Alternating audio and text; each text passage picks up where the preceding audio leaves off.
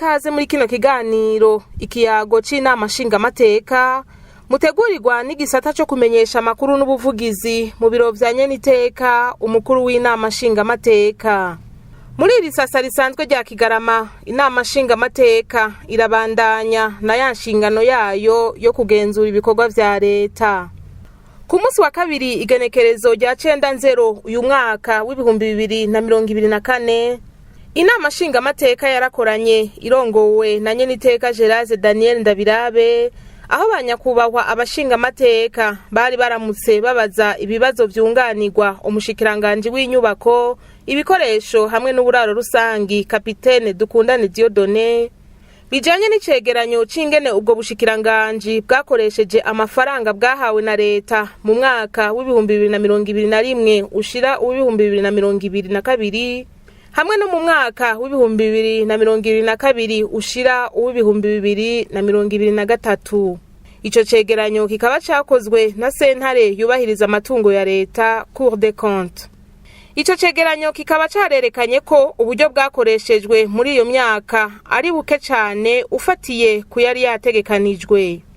Mu bibazo vyagiye birabazwa cane n'abanyakubahwa abashingamateka harimwo ikijanye n'amatongo yo muri Kizingwe Bihara, aho bashikirije akababaro kabari barahaguze amaparcelle ariko hakaba haciye imyaka irenga 10 bataratunganirizwa.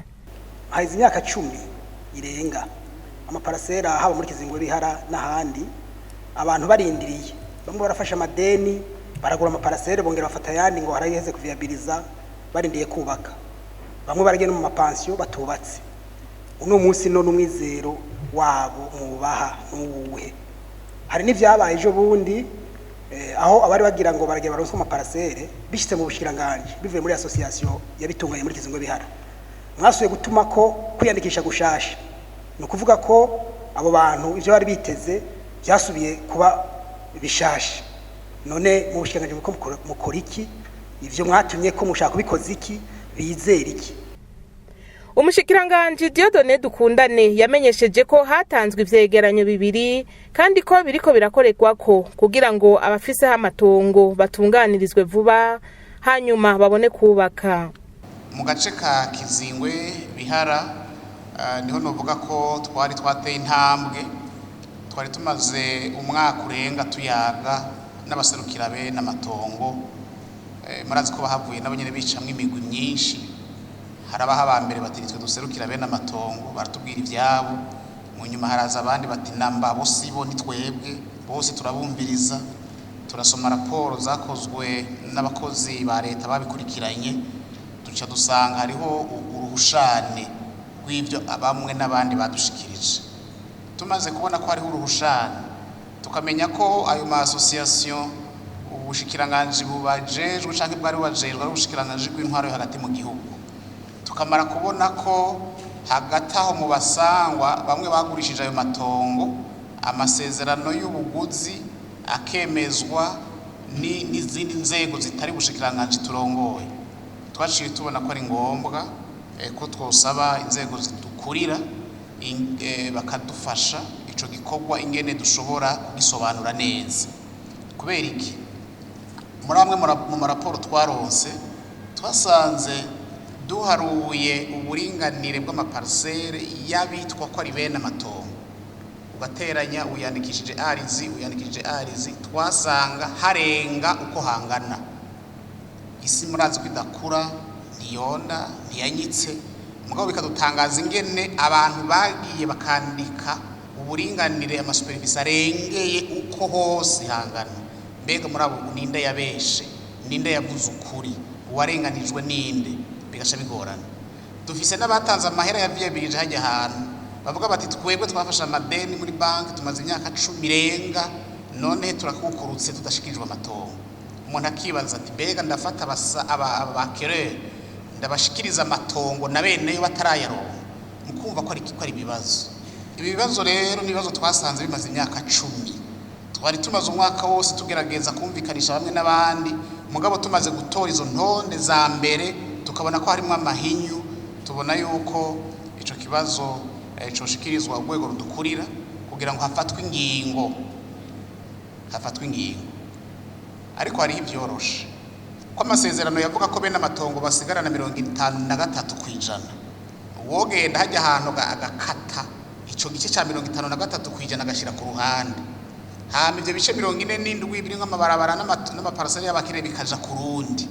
Aho umuntu iyo bari karatera intambwe biri mu byo twashikirije baturongora kugira ngo babishimye duce tubikora uko nyene n'imiburiburi abo bantu batanze amahera yabo nabo nyene mwumvise ko ibitigiri twasanze ari byinshi birengeye amaparaseri mugaba bobo tubabwira tuti ko mwarondera uburaro hakaba ari hato umuntu wese atoronka yahiwe twubake tuja hejuru. Ibarabara ry'igihugu nimero 3 Bujumbura Rumonge Nyanzarake hamwe n'ibarabara ry'igihugu nimero 5 mu gace ka Nyamitanga, ibarabara rica ku Mutakura hamwe rero n'ibarabara rija ku mugwa mukuru wa komine Mukike ari mu bibazo vyagarutse cyane, aho abashinga amateka babajije ibijanye n'isanurwa ryayo na nyaburya ari amabarabara afitiye akamaro kanini abene gihugu. Nagoma nsabe mushikiranganje ajejwe inyubako kuko yavuze ko gukurikirana inyubako muri raporo haraho bigorana. None ndagoma ndamusabe mu camake mu majambo meza y'ukuri atubwire igituma ibikorwa vy'ibarabara Erene Truwa bitariko biragenda neza, na cane agace ka Gitaza Magara n'agace ka Rumonge Nyanzarake. Atubwire ahumuriza bene gihugu kuko abantu baca muri iryo barabara nukuri turarushe. Hanyuma ngaruke gatoya ku kibazo kijanye n'amashantiye mwavuze 205. Mu mashantiye 205 mwoba mwavuze ibarabara RN5 exactement Anyamitanga birimo ritarimwo kugira ngo mu determine chantier muraba iki? Turabye nk'iri barabara rya Kotebu Carama Kibubanza uriravye sinzi nuko mutahaca nawe ugira n'ubwoba. Mbega umuntu mwahaye isoko yo gukora rijya barabara mwamutumye kashiramwe ubuyi cyaye mwamutumye ko akuri barabara rigenda neza? Mfashe ibarabara riva kuri RN7 rija muri komine Mukike mwari mwarifashe mushira mu bikorwa vyihuta ko mwabona ko bikenewe mwarahashitse, ariko ubu rimaze amezi 3 ritarengana mu gihe iryo barabara ryo rimwe ginjira muri iyo komine. Aha rero iyo komine tukaba tuzi ko irimo umwimbu mwinshi. Muri iki gihe abarimyi bariko barasarura bafite ikibazo cyuko batazaronka bacisha uwo mwimbu kugira bashikane ku isoko, bakaba babona ko bafite impungenge z'uruhombo. None nyakubahwa mushikiranganje twashaka dusabe iryo barabara rigume muri za activité d'urgence kugira uwo mwimbu ntuve kubusa abanyagihugu eka n'igihugu kirakahombera. Kubijanye kandi no gusanura amabarabara, banyakubahwa baserukira bene gihugu bati hari haho dukunda kubona ibikorwa byo gusanura ibarabara bitangurana umurindi munini abene gihugu bakaryoherwa, ariko haciye igihe gito ukabona ivyo bikorwa biciye bihagarara mbere n'ibikoresho bigatabwaho nyene.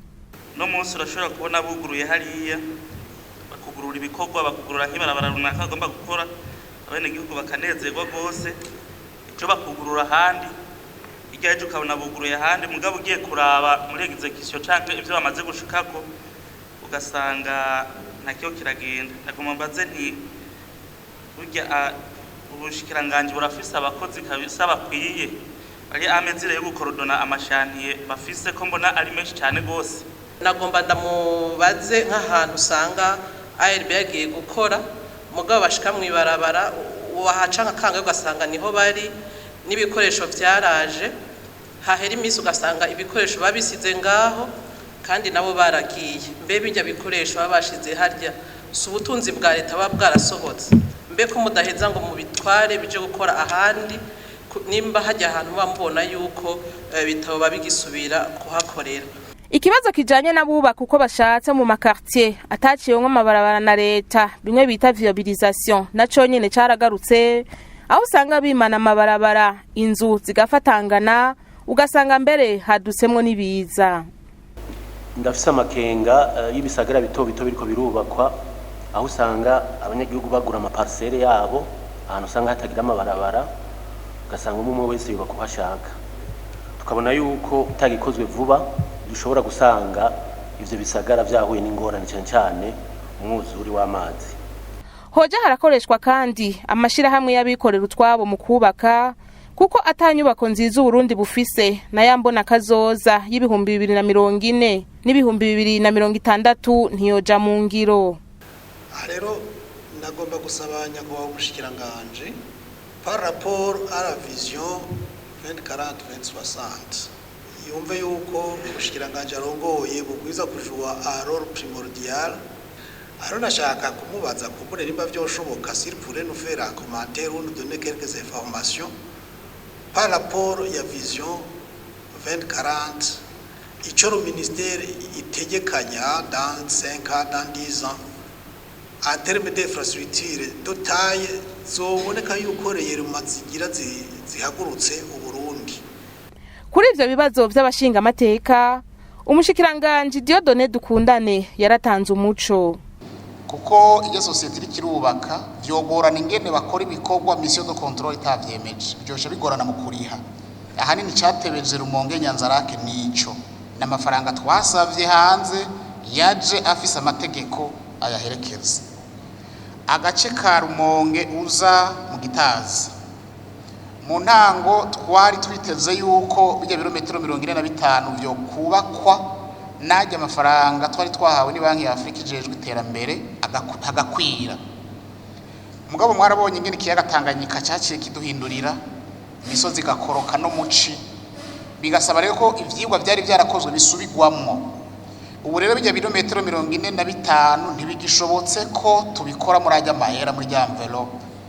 Ubu turiko turagwana ngo turabe ko mu birometero 30 bisigaye kuva mu Rumonge gushika ku Magara kwayo mafaranga ashobora gukwira. Niyo rero nama tuzoza kugira hirya yejo ni narigashira hamwe Soja Satome twaravuganye na banke ya Afrika ijejwe iterambere kugira ngo duce turaba akagace rero ka kijeje Nyaruhongoka. Ivyigwa byakozwe abahinga batubwiye ko atawo vyubakirako no gusubiramo neza bakamurika mu nda y'ijya misozi bakaraba ubundi buhinga bwokoreshwa. Amafaranga rero yo gusubiramo ivyo vyigwa nayo nyene dusa n'abayaronse twibaza ko ivyo vyigwa vyosha bikorwa vuba mu kurindira nta kindi twokora. Tuzoguma tuzaturaranga ikimashini tuzibura bizivye kuko akari muhana kazi imvura ihise. Aka gace ka Gitaza uzi Bujumbura kazokorwa namwe muri ya mafaranga twacisha ngaha yava muri banki y'isi yose. Ivyigwa rero byarasubiwemwo twarabajije aho raporo zigeze batubwiye yuko atagihindutse muri irici mu kumunani bazoba bamaze guhitamo isosiyete yoshobora kubaka aka gace ka Gitaza Bujumbura n'aya mabarabara ariho ibirometero 4 navuga ngaha mu gisagara ca Bujumbura. Iri barabara y'igihugu rigira 9 twita Mutakura rigaca ribandanya ni Bubanza. Iyi ni projet dukurikiranira hamwe na bene wacu mu bushikiranganje bwo gutwara abantu n'ibintu. Kontra yaramaze gusinywa nibaza ko habaye gucererwa kw'iyi entreprise gutangura ibikorwa. Ingene iri barabara rya Mutakura rishobora kumera uko rimeze tukibaza natwe kibazo. Mbega ibarabara riza rifise financement, mbega ibarabara ibikorwa byo kurikora biza byaratangujwe. Uno munsi tugiye tugafata yandi mafaranga tugashiramwo twego urumva naho dukora ibyo twokora ivy'imfata kibanza turagira ibibazo bidasanzwe kuko mu byo tujejwe nuko amabarabara yacu yose agumana état de praticabilité. Mugabo turavye ama miliyaridi tworisukamwo twituzi kandi ko buca bikorwa tuzi n'ibindi bibazo dufise mu gihugu twohava nako tugira ingorane za ma audit. Kuri iyi weekend iheze twaronse telefone saa 11 y'ijoro batubwira bati Nyamitanga ya misozi yose ihereye mu ibarabara ntiyahita. Twashiye turondera imashini y'amafaranga twirukanga kuzibura. Mugabo ngo twavyiboneye natwe mu ndwi iheze ahubwo turiko turaraba ngene tuvugana neza naryo shiramwe ryahubatse. Ejo bundi baraje binogo vya mbere baragerageza barazibira. Mugabo turiko turaraba mu byukuri twibaza ko hashobora kuba harabayemo amakosa mu gukora rya barabara. Ni kibazo kininiya tutovuga ngo twokora muri bushage tuzosaba baturabira ijya kontra ngene yari imeze turabe ko ataco twobaza ijya societe yahubatse. Mu byukuri turiko turaraba ku ikarata yerekana amabarabara y'igihugu c'u Burundi ni menshi arenga 60% yose n'ama urgence. Ikibazo rero ni iki kibazo cyo gukora amabarabara mu mvura muri aya mezi abiri arenganye. Bimwe mu bibazo bikomeye twagize mu mashantiye yacu nuko ibitoro tutabironkeye umwanya twari tubikenereye. Ibitoro byabuze ku mastation, imashini dukoresha bikoresha ibitoro. Ikirero kiri mu byatumye ku amashantiye menshi ahagarara. Ni ibintu bibabaje kubona umuntu bamuhaye shantiye akagenda agakora musenyi ugasigara, gravier igasigara, ibiti bigasigara, ibipawa bigasigara, agasiga bitaye ngaho. Ubu rero ngo twavuze mu mategeko twahaye abayobozi bashasha ba ubuhanahirwe mu biheze, twarababwiye ko umuntu wese azoba mis devant ses responsabilités. Mu by'ukuri ntituzosubira kwihanganira namba abakozi badukorera uko, kuko n'amafaranga y'igihugu aho mwabajije igituma havuka amakartier spontané adapanze kari ku murongo. Ikibazo rero gikomeye cyane, mbere nibaza ko byaduhaye ingoga zikomeye, kuko hari igihe iyo ugiye gusoma itegeko no kurikurikiza, ubundi itegeko riratomoye rivuga ko ata muntu yubaka adasabye uruhusha. Iyo abantu rero baje gusaba urwo ruhusha, ababijejwe baca babereka aho bubaka. Muga iyo umuntu apfuye kubaka ugaca ugenda uti wewe ntiwubaka kuko nusabye uruhusha cyo zibingorane. Ariko uko twumvise twese tuvyumva kumwe, ni ikintu cyadushimishije cyane. Mbere twibaza ko kizodufasha ingene tugira cartographie neza iri digitalize y'aka karere, tugakorana n'abajejwe intwaro, tugashobora kumurika dukoresheje ubuhinga bwa none. Inzu yaraye yubatswe no munsi tasavye uruhusha, hama ingingo zigafatwa. Hageze rero gushirayo amabarabara, hageze gutegura inzira amazi ava ku mazu acamo, ugasanga ibibazo, igihugu kigasubira mu ihumbi. Ariko ni ngombwa ko muri uru rugendo rwacu dutera tuja muri emergence tuvuga tuti nawe nunga igihugu hari icyo dushobora kuronka twerekana ku bwacu ngo twabishikirije atakindi kiduciriyemwo. Turabona ko uwo mugambi wo kubaka indarayi mu by'ukuri azoba akatarabonetse muri iki gihugu. Ntago twari bigere turonka, uzoba ari ubwa mbere. Abantu barangura ibidandazwa hanze twarabisiguye kenshi, uravye les économiques so projet va procurer au pays, uravye amafaranga twatanga, hazoba habaye impinduka zidasanzwe mu buzima bw'iki gihugu. Mugabo dufasha ngiri barabara igihugu rigira gatatu rica ku nkengera ya Tanganyika, hamwe risubiye rikaba rishasha, ba mukera rugendo riduhuza n'ibihugu bine, tugafatira ibarabara ry'igihugu nimero ya mbere nk'uko icifuzo dufise ko ryo bibarabara ryagutse. Mugabo Bujumbura Gitega imaze kuba autoroute ko barakunguko gakomeye cyane. Uravye ibitoro ntitugikoresha, uravye umwanya abantu bakoresha, umuntu yoshobora kurara Bujumbura agakora Igitega canke akarara Igitega akora Bujumbura. Nkayo n'amabarabara mu by'ukuri twibaza cubandanye kugenda mpaka Muyinga, Cingozi, n'amabarabara akomeye cyane. Hari isoko nkuru ya Bujumbura. Iyi soko nkuru ya Bujumbura turiko turakora ijoro n'umurango kugira ngo turabe ko yosubira kubakwa. Twavuze ko twamaze kuronka igicapo, twagishikirije abadukurira, bahinga baraye baduhaye ibiharuro by'ifata kibanza dushobora gufatira ko mu kuyaga na bene imitahe. Ubu rero tugiye gutangura kuyaga na bene imitahe, hamwe isoko yosubira kubakwa mu by'ukuri yogira ikintu hinduye mu buzima bw'igihugu. Mu guheraheza Nyeniteka umukuru w'inama nshingamateka yasabye abakozi b'ubwo bushikiranganji gukurikiranira hafi ibikorwa byose bajejwe, nayo kubijanye no gutanga amasoko hokoreshwa uburyo bwo gutanga amasoko ku ntambwe ivyo bita marché en régie. Les travaux en régie ni ikintu gikomeye cyane kuko twarabonye experimentalement. Ubiramaze kuboneka ko leta yarayimaze kubaka, ariho n'abatareka amaze kubaka. Turabona ko les travaux en régie ou les constructions en régie zitwara amahera make par rapport n'ama construction y'aba privé. Mugabo les constructions en régie nubwo zitwara amahera make, nubwo ziri flexible no kuvuga yuko les travaux en régie hari hamwe ugize ingorane, haba harimo des possibilités, des facilités yuko ushobora par exemple kuba uhagaritse gatoyi, par exemple kuba ushoboye no kwikora ku bandi. Muri travaux en régie ni ibintu bimeze nk'ibiri en interne, ku buryo hamugize ingorane mushobora kubazanya muti none ingorane twoyivamo gute.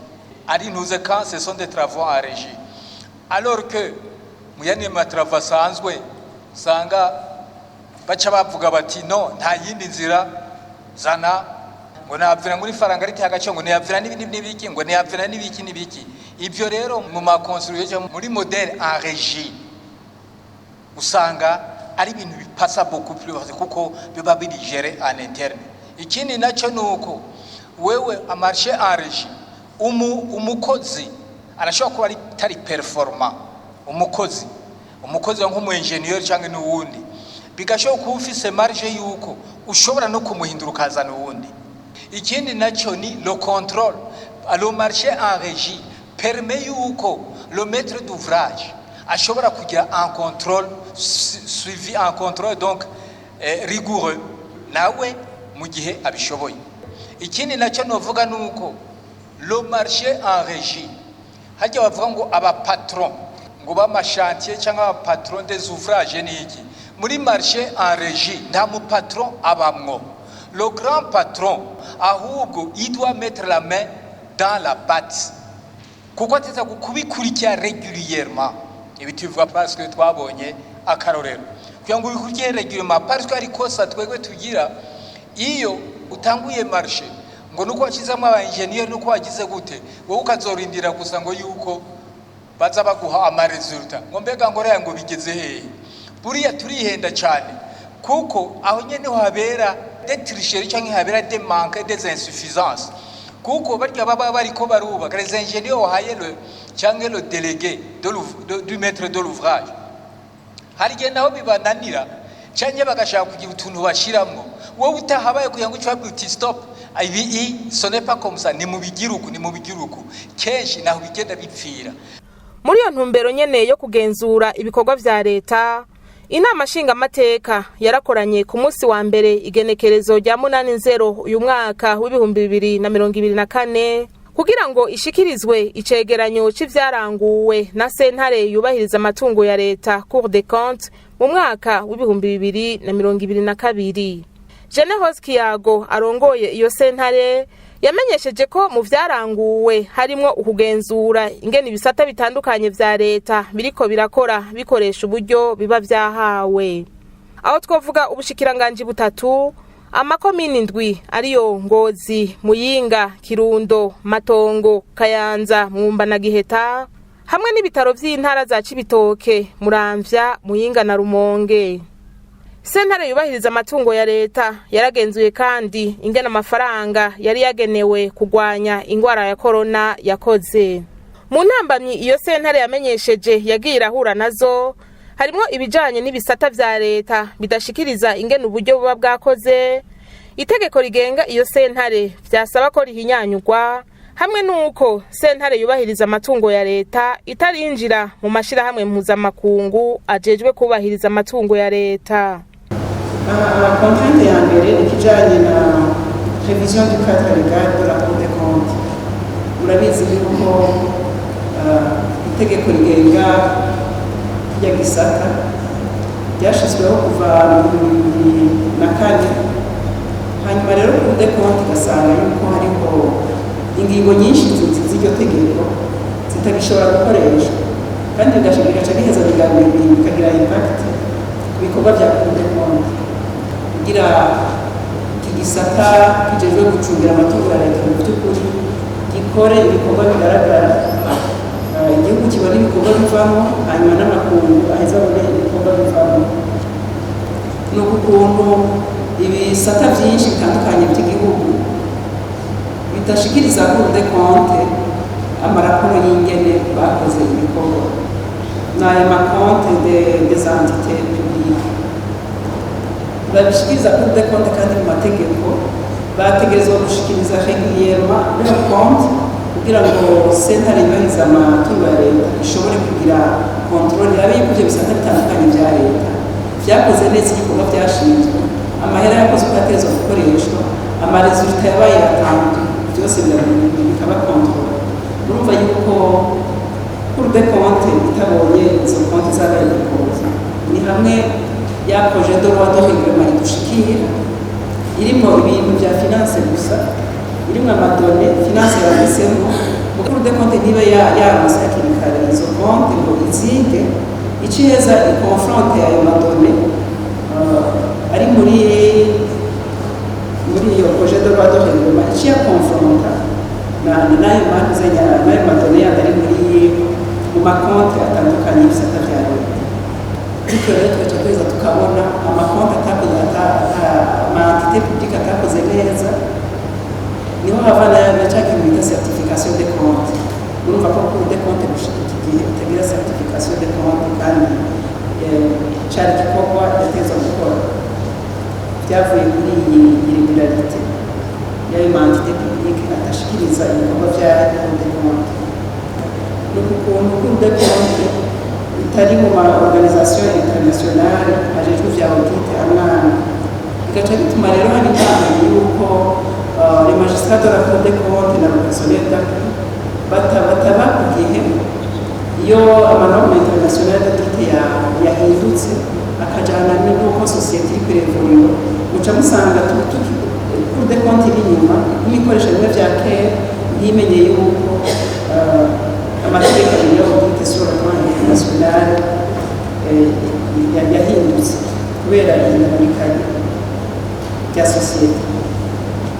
Nyeniteka umukuru w'inama nshingamateka yarashikirije ibisabwa vyotuma imirimo ya sentare ijejwe kugenzura amatungo ya leta igenda neza.